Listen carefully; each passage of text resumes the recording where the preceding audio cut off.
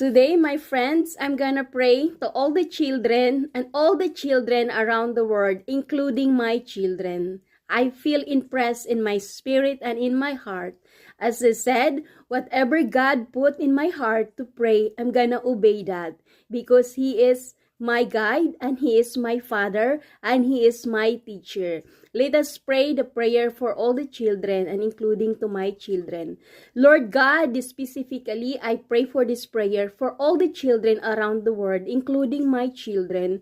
Lord, help them, Father God, to be a godly children, a responsible, respectful, and fully obedient, totally and dedicated to you, O Lord God, for their hunger and for the truth and the discerning of knowledge, and help them, Lord Father God, to discern about their friends. In Jesus' name I prayed. Amen and amen.